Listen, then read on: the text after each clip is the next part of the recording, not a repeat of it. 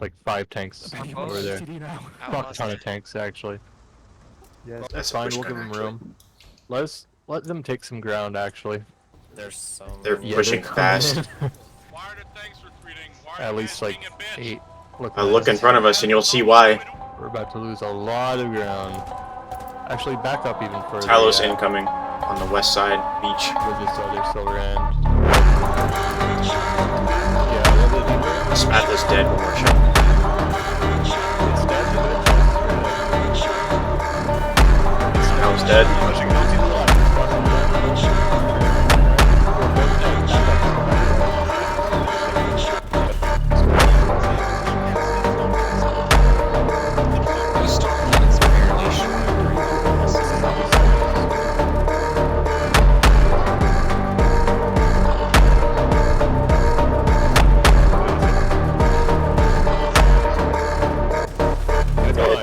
Yay. 33 AD did that. Hello friends, Novanity Brand from 33AD here, and today I want to talk to you about a super exciting moment that happened over the weekend. In my opinion, one of the most rewarding experiences that you can have in Foxhole is taking part of a large-scale operation that really makes an impact on the front line. Over the weekend, our Regiment 33AD was lucky to be able to play a smaller role in a very successful, huge operation to invade Allod's Bight. Before I get to talking about exactly what happened, let me give you a little bit of a backstory, or the lore, I guess. Towards the very beginning of the war, in the very early days, the Wardens were able to capture Saltbrook Channel, which is the victory point town that's located in Endless Shore. Once Saltbrook Channel was captured, on day 6 of the war, we were able to open up a new front line at Allod's Bight. However, the Colonials had already built up some pretty strong defenses surrounding the Stone Plank, which is the first relic base in the region. Because of this, we weren't able to advance and take a foothold in Allod's Bight. Eventually, those defenses turned into concrete, and the front line quickly became a losing effort for the Wardens. For 2 whole weeks, the Wardens tried relentlessly, but unsuccessfully, to break open the front line at Allod's Bight. Stone Plank never once fell to the Wardens, and the front line at Allod's Bight became a meat grinder and a tank graveyard for the Wardens. However, that all changed over this past weekend, when on the 20th day in real time of Foxhole's 115th war, the Wardens were able to break through the concrete at Stone Plank and take not only the relic base at Stone Plank, but the victory point town known as Mercy's Wail. So without further ado, let's get into talking about how exactly that happened. Early on in the day, our regiment hosted an operation where we took 3 tanks to the front line. We'd done this several times before, but there was never adequate support to actually really make a difference. So we started with a chieftain and 2 outlaws with the goal of trying to break any defenses that we possibly could, just to try to accomplish something in Allod's Bight. But the problem quickly became that the Colonials simply had too many tanks in the region, and they were attacking us head-on and from our flanks. By the time we could assemble a tank line, multiple Colonial tanks would push that tank line from our flanks and everyone would just scramble. So we lost a chieftain very early on due to the sheer number of Colonial tanks in the region. So we switched to operating a Silverhand and 2 outlaws instead. About 45 minutes into our operation, we noticed 11 to 12 Colonial tanks forming a massive tank column for a push. Our bunker bases in the region were not well fortified, all of them being tier 1 defenses, so we were left to defend with infantry anti-tank weapons and a few sparsely crewed tanks. Essentially, we were outnumbered by at least 5 tanks. On top of it all, the area we were fighting in wasn't really large enough to fit more than 2 or 3 tanks on a tank line, so there was essentially a 0% chance of winning this fight. The Colonials started to blitz our defenses and tried to quickly outnumber us and push us out of the region. They were able to kill almost all of our bunker bases in Allod's Bight within a 2 to 3 minute time span, and so our tank line began to retreat further and further, until we found an open area where our tanks and infantry decided to make a last stand. Our tanks quickly lined up, and we were able to coordinate well enough to kill several of the attacking Colonial tanks, at least 2 Spathas, a Falchion, and a Talos. Once the Colonial tank line realized it lost the advantage, they began to retreat. Our regiment was fully prepared to have to retreat back to Endless Shore, but that did not become the case. Somehow, we managed to survive. At almost the exact same time we managed to somehow stop this assault, the Regiment Warden Navy showed up in a Longhook and a Battleship.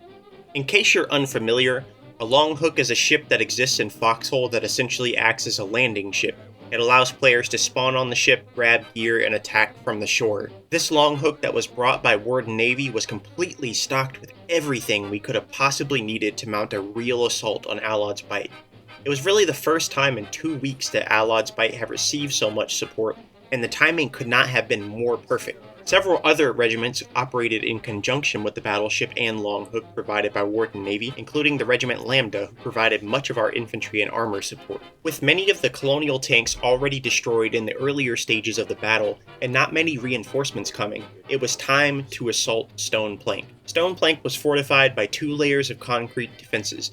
Usually the best method to destroy concrete is to use the 250mm guns on a chieftain. However, since we had tons of infantry and the Longhook supplied our infantry with heavy explosives such as satchels and RPGs, multiple chieftains wasn't really necessary. Instead, our tank line of stolen colonial tanks, Silverhands, and Outlaws worked on breaking any defenses without anti-tank garrisons facing in our direction, while our infantry handled the rest. While this was all ongoing, the Warden Navy was busy using their battleship to fire on the town hall of Mercy's Wail, the Victory Point town located in Allod's Bight. With our combined forces, it only took a few minutes for us to break through their concrete defenses and destroy the relic base at Stone Plank. Finally, after 2 long weeks of fighting, we had a foothold in Allod's Bight. And then, in true Foxhole fashion, it started fucking snowing. Yeah, that's the guy. Oh no, it's snowing! It's snowing? Devs! Yo, devs, yo, my weather station didn't predict this. But the push didn't stop there. Our tanks and infantry continued to advance on the southern road and moved in towards Mercy's Wail. Along the way, we used our 33 AD tanks to kill tons of tier 2 defenses and a lot of pillboxes, while the other infantry and chieftains focused more on killing concrete defenses. Then it was finally time to kill the storm cannons. For anyone who doesn't know what a storm cannon is, it's essentially the largest form of artillery in Foxhole. It fires 300mm shells compared to the normal 120 and 150mm shells, and it has a range of up to 1,000 meters. The storm cannon can even fire into different regions of the map. Building a storm cannon is very time consuming, so killing one is a huge deal. Once the storm cannons were dead, colonials started to get armored reinforcements, snow started to get heavier, and fog started to set in. Visibility was pretty poor, so poor that I got yelled at by this sweetheart, Colonel Connor, who thinks I'm brain dead. Come on, in the head! There's a disabled spot. I see it now, yeah, I see it, yeah. Brain dead, come on, use your eyes! Hard to use my eyes, bro, it's snowing. Because I couldn't see an enemy Spatha that was trapped inside of a trench. Thanks for the call out though. The weather slowed things down pretty heavily and it put our Longhook in danger, but we continued to push forward. All that was really stopping us from taking Mercy's Wail at this point was a few safe houses, garrison houses, and the ever-present danger of tanking in a very close quarters setting. While we were occupied killing safe houses, some of Lambda put the nail in the coffin for Mercy's Wail by killing 6 colonial artillery pieces which were being used to fire at our tank line, our Longhook, and our battleship. At that point, it took us less than 10 minutes to advance on the town hall where 2 chieftains crewed by Lambda and HOC got the kill on the town hall. From there, it was just a matter of protecting the town hall long enough to bring a construction vehicle and capture the town hall for ourselves. However, this process took a while because there was still a lot of infantry in the area and there was a strong enough push from the colonials to prevent us from building the town hall, but eventually the town hall was built and Mercy's Wail was ours. This battle continued to rage back and forth for several hours after we left, with the town base of Mercy's Wail exchanging many times. However, this operation was a huge success regardless, as we were able to clear out tons of concrete defenses, which will make further advances into Allod's Bight that much easier. Over the past couple of days since the operation, Mercy's Wail has continued to change hands back and forth, and we've even been able to make some advances on the northern side of Allod's Bight. Overall, this was an insanely fun experience, and I want to give a big shout out to everyone who participated and made this happen. Scrolling on the screen right now is a list of regiments who were seen on the front line on this day. I'm really sorry if I missed anyone, but there was just so many of you. I hope that I told the story of this battle as accurately as possible. It took several hours of reviewing footage to piece this story together, but if you would like to see more videos like this, let me know in the comments. I'd be happy to turn this into a series, and as always, thank you guys for watching, and I'll see you next time.